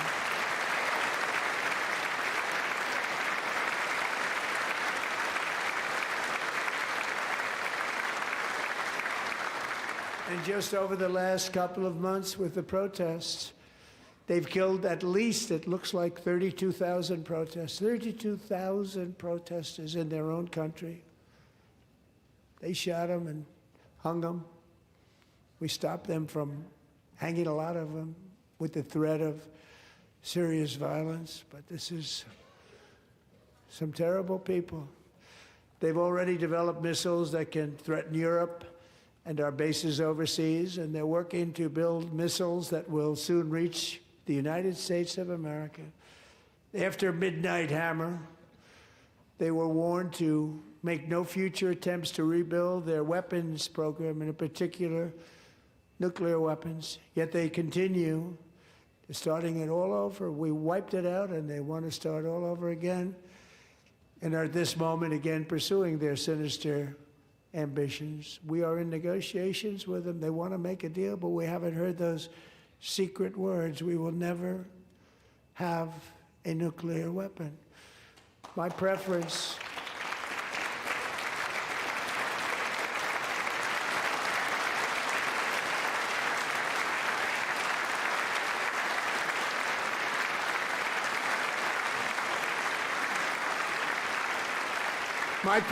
is to solve this problem through diplomacy. But one thing is certain, I will never allow the world's #1 sponsor of terror, which they are by far, to have a nuclear weapon. Can't let that happen.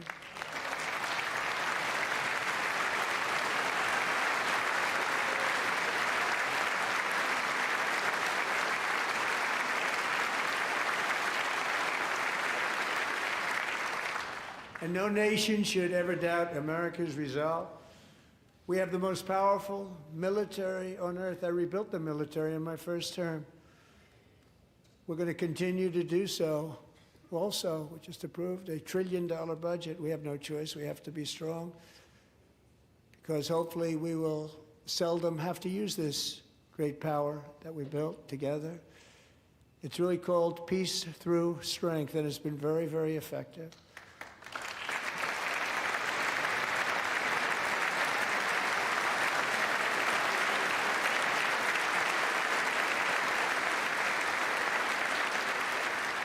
So thanks to Republicans in Congress, we're investing that record number of dollars, have no choice, in the United States Armed Forces. Also creating a lot of jobs, but we're not even doing it for that reason. Because as I said, we have more jobs, more people working today than ever before in the history of our country. And NATO countries are friends and allies. They are. They're our friends and they're our allies, have just agreed at my very strong request to pay 5% of GDP for military defense rather than the 2%, which they weren't paying. We were paying for almost all of NATO. Now they're paying 5 as opposed to not paying 4.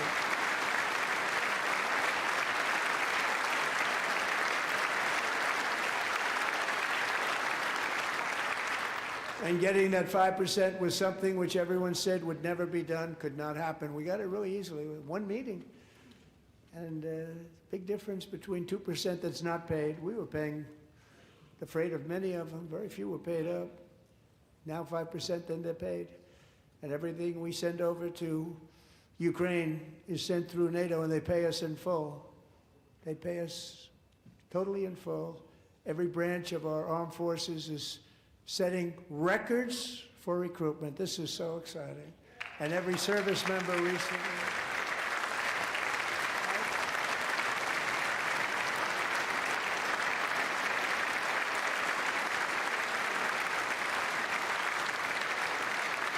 And every service member recently received a warrior dividend of $1,776.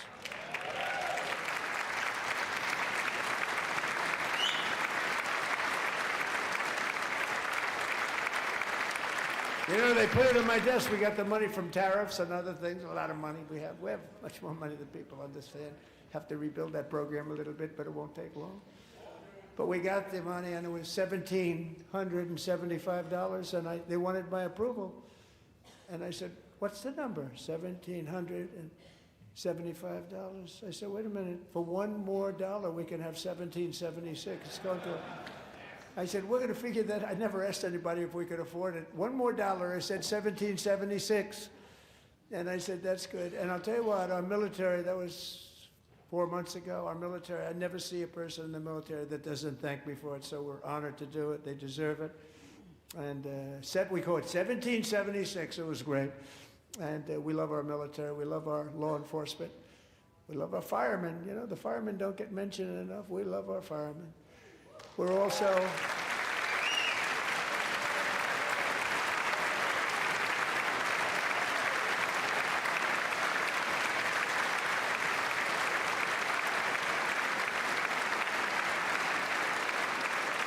We're also restoring American security and dominance in the Western Hemisphere, acting to secure our national interests and defend our country from violence, drugs, terrorism, and foreign interference. For years, large swaths of territory in our region, including large parts of Mexico, really large parts of Mexico, have been controlled by murderous drug cartels.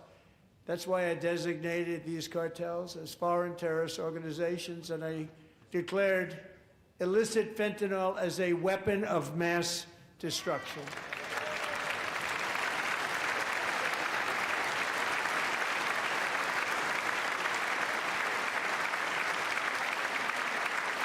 And with our new military campaign, we have stopped record amounts of drugs coming into our country and virtually stopped it completely coming in by water or sea. You probably noticed that. We very seriously damaged their fishing industry also.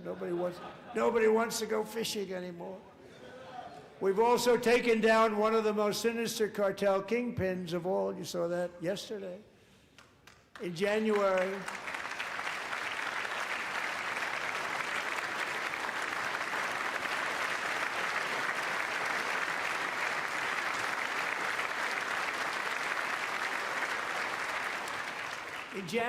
elite American warriors carried out one of the most complex, spectacular feats of military competence and power in world history. No one's seen anything like it. Foreign leaders, I won't tell you who, called me and they said, very impressive, very good. They couldn't believe, they all watched, they saw what happened. This is a different fighting force than we had years ago when we fought to tie. You know, it's a great fighting force. I'm so proud of it. Look at Space Force. Space Force is my baby, because we did that. My baby is becoming so important.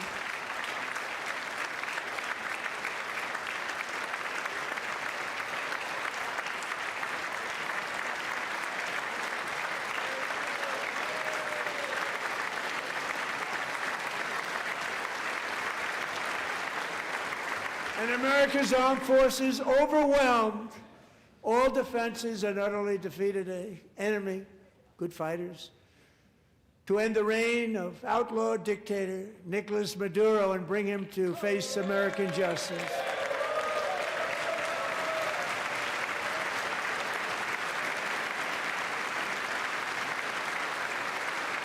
And this was an absolutely colossal victory for the security of the United States, and it also opens up a bright new beginning for the people of Venezuela.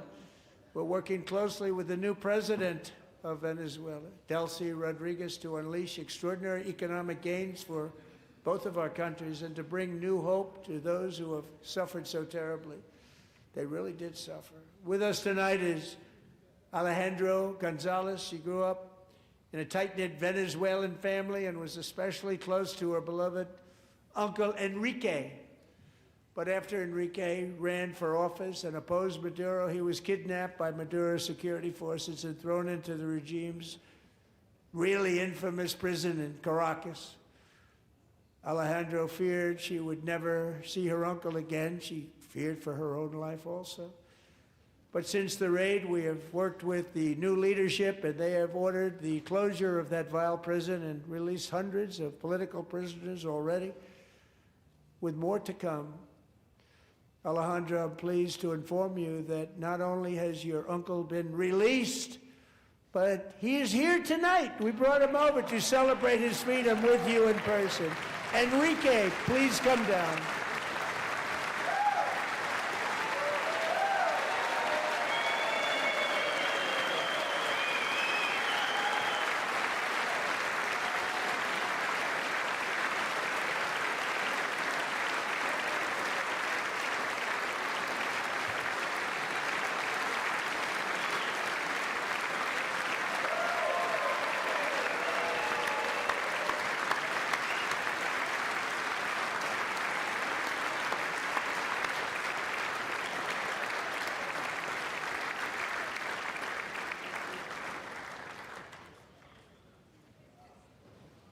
Thank you, Enrique. Have a good time. Nice to have you back, Enrique.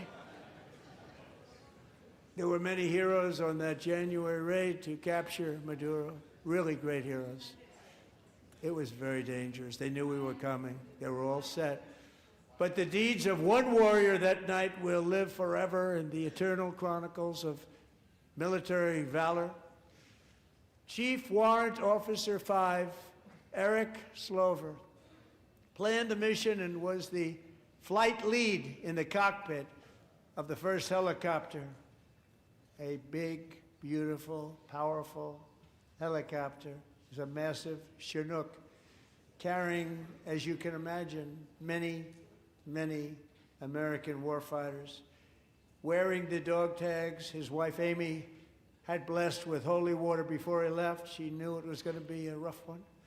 Eric steered the Chinook under the cover of night and descended swiftly upon Maduro's heavily protected military fortress. This was a major military installation, protected by thousands of soldiers and guarded by Russian and Chinese military technology. How did that work out? Not too good. While preparing to land, enemy machine guns fired from every angle, and Eric was hit very badly in the leg and hip, one bullet after another. He absorbed 4 agonizing shots, shredding his leg into numerous pieces. And yet, despite the fact that the use of his legs was vital to successful helicopter flight, legs are the most important part of flying a helicopter, to deliver the many commandos who would capture and detain Maduro was the only thing Eric was thinking about. Then, even as he was gushing blood, which was flowing back down the aisle, helicopter lands at a steep angle. The machine gun stood right in front of him. They were right in front of him, 2 machine gunners who escaped the wrath of the previous planes. Eric maneuvered his helicopter with all of those lives and souls to face the enemy and let his gunners eliminate the threat. Turned the helicopter around so the gunners could take care of business, saving the lives of his fellow warriors from what could have been a catastrophic crash deep in enemy territory. Only after safely landing the helicopter with all the warriors aboard in the exact right spot, which was vital to the mission. We probably would have had to maybe cancel the mission if that didn't happen. Eric told his co-pilot, also wounded, but not as gravely, to take over. I'm about ready to pass out. The success of the entire mission and the lives of his fellow warriors hinge on Eric's ability to take searing pain. It was unbelievable what's happened to his legs of the bullets and keep on flying and landing, and people knew what was happening. Everybody in the back of the helicopter knew because they saw the blood pouring down the aisle. Chief Warrant Officer Slover is still recovering from his serious wounds, but I'm thrilled to say that he is here tonight with his wife Amy, Eric, and Amy, come on in.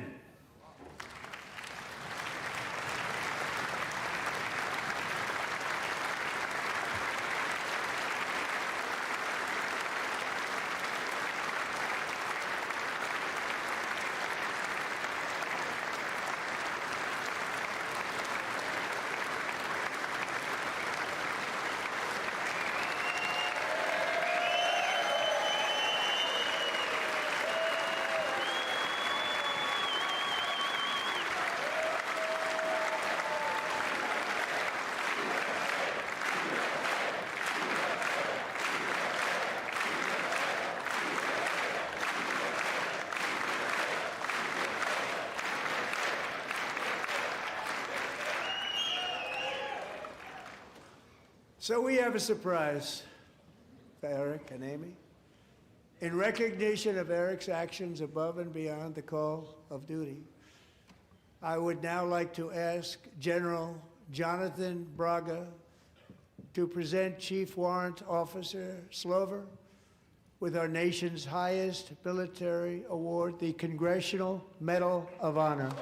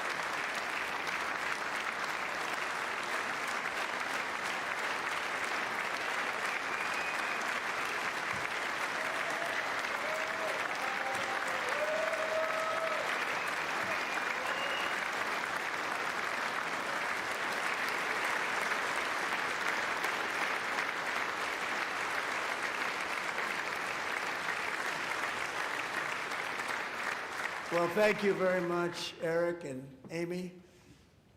Great to get to know you. I met with them and with a lot of their fellow warriors at Fort Bragg recently.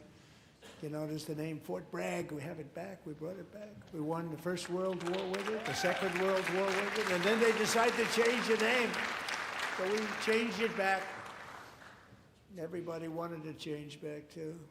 And 10 of Eric's fellow warriors from that incredible night of victory will also be receiving medals at a private ceremony that will soon be held at the White House, and Eric will be there. Thank you.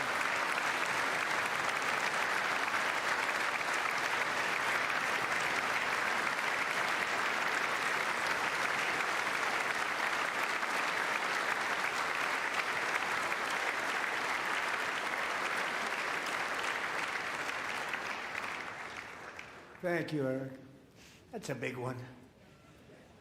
Tonight we've celebrated many truly extraordinary American patriots, but there is one last living legend to honor before we go. He is one more heroic American aviator, Navy fighter pilot. Royce Williams served in World War II, Korea, Vietnam, flying more than 220 missions. In the skies over Korea in 1952, Royce was in the dogfight of a lifetime, legendary dogfight. Flying through blizzard conditions, his squadron was ambushed by 7 Soviet fighter planes. It was his first aerial combat of the war, and despite being massively outnumbered and outgunned, Royce led the takedown of 4 enemy jets and almost destroyed the others, vanquishing his adversaries while taking 263 bullets to his own plane and being seriously hurt. His story was secret for over 50 years. He didn't even want to tell his wife, but the legend grew and grew. But tonight, at 100 years old, this brave Navy captain is finally getting the recognition he deserves. He was a legend long before this evening. Royce, please stand up, and I will ask the First Lady of the United States to present Captain Royce Williams with his Congressional Medal of Honor.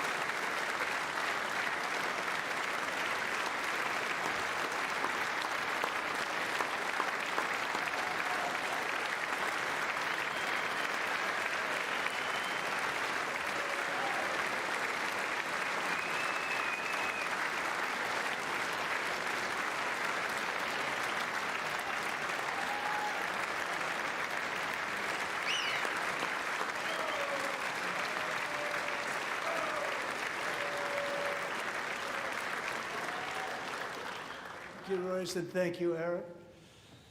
I've always wanted the Congressional Medal of Honor, but I was informed I'm not allowed to give it to myself, and I wouldn't know why I'd be taking it, but if they ever open up that law, I will be there with you someday. But you know, that's our highest honor, Congressional Medal of Honor, and that's a big thing, and it's an honor to be in the same room with you. Thank you both very much, Eric. Thank you.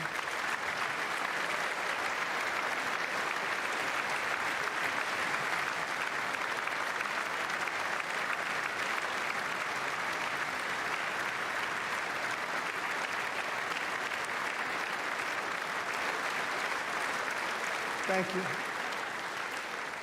250 years is a long time in the life of a nation, but in another sense, it's really a mere moment in the eye of history. Two of the gentlemen we met in the gallery this evening took their first breaths 1 century ago, 100 years before that, on July 4th, 1826, the author of the Declaration of Independence, brilliant, Thomas Jefferson, drew his last breath. Just a single long human lifespan separates the giants who declared and won our independence from the heroes who stand among us tonight. Everything our nation has done, everything we have achieved, has been the work of those few great lifetimes.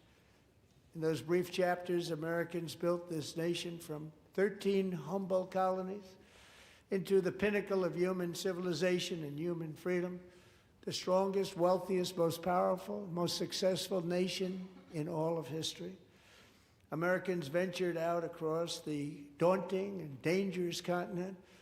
We carved paths through an unforgiving wilderness, settled a boundless frontier, and tamed the beautiful but very, very dangerous Wild West.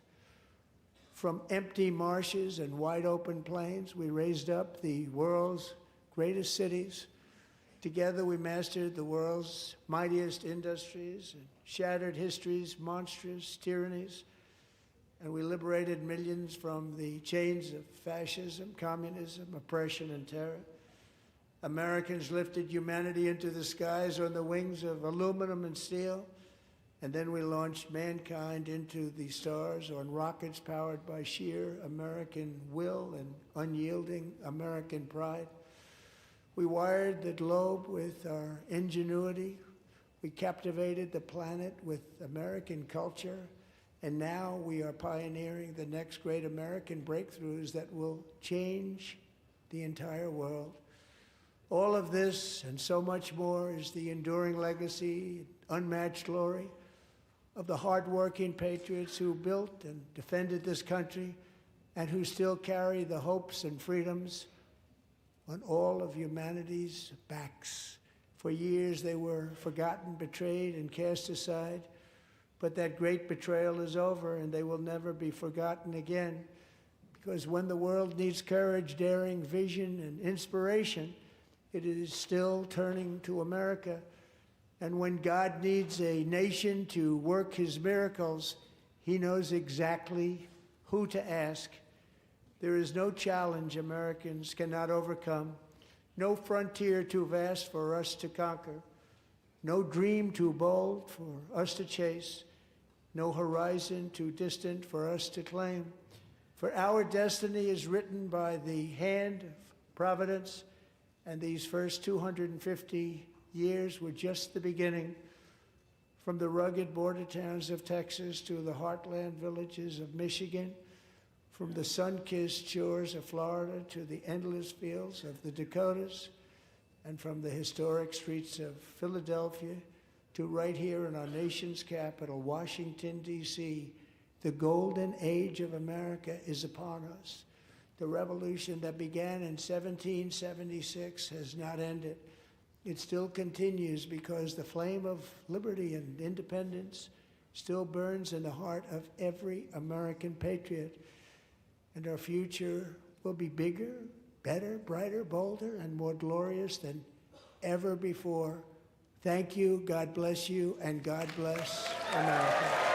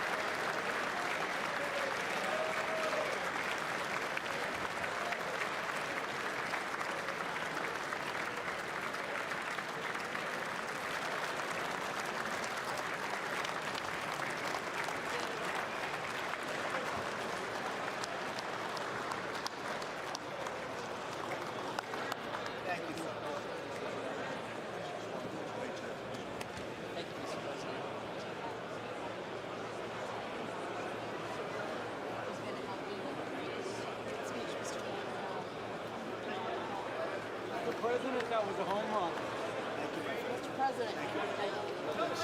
Thanks. Okay, you too. All right. You're the best. Thank you. Good job. Thank you.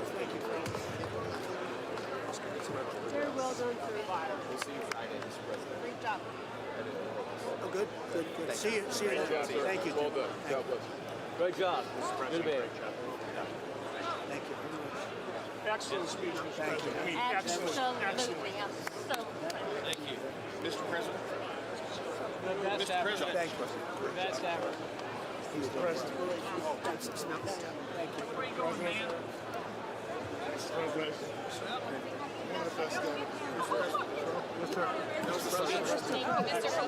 One of the best.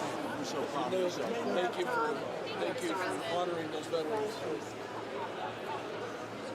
Luger. Thanks. Good. I think you should take the rest of the day off. I think we have to. We're going to have to. Thank you. All right, guys. You killed it. Thank you, Virginia. It was amazing. It really was. Home run. Really a grand slam. America loves you. Thank you. It was amazing. America loves you. Oh, look at this guy. I like that tie. I want that tie.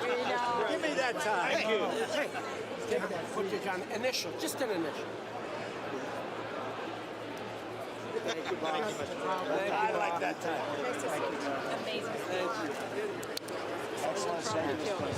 Thank you, everybody. Mr. President, outstanding speech, sir. Mr. President. Here you will. He's getting them all. He's here. Right here with You did good. They love the insider trading stuff. Great guy. How's he doing? He's a youngster. He fell asleep a couple